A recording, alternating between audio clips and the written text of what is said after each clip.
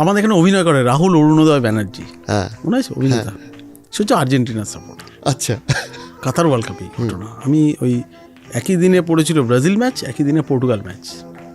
তো আমি Brazil match cover করে পর্তুগাল প্রেস কনফারেন্সে ঢুকছি, ইন্ডিয়ান টাইম 12:15 হবে। রাহুলের ফোন আমাকে, রাহুলের ফোন, আমার এখনও ওকে ব্লক করা, অভিযোগ জানাবো ঠিক করেছিলাম ইনফ্যাক্ট। তো ফোন করে বললো, দল এটা তুমি ভালো করছো না। আমি বললাম কেন? না, তুমি আর্জেন্টিনাদের নিচু করছো, আর্জেন্টাইনদের নিচু করছো। তুমি ব্রাজিলের সাপোর্টার, তো ব্রাজিল হেরে গেছে, তুমি নিচু করছো ওটা।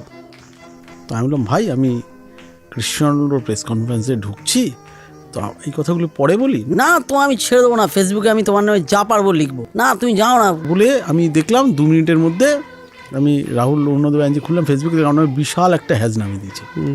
তো আমি পরের দিন কয়েকজন অভিনেতাকে ফোন করলাম ওখান থেকে, যে কি করা যায়, ও তো এরকমভাবে অসভ্যতামি করছে, আমি কি কোথাও রিপোর্ট করবো বা এই করবো? তাই ব্লক করে না, আমায় হুমকি দিল যে তুমি যদি প্রতিদিনে থাকো, আমি আর প্রতিদিনে লিখবই না।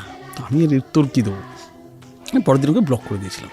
ঠিক আছে, এই ব্রাজিল আর্জেন্টিনা চলতেই থাকে।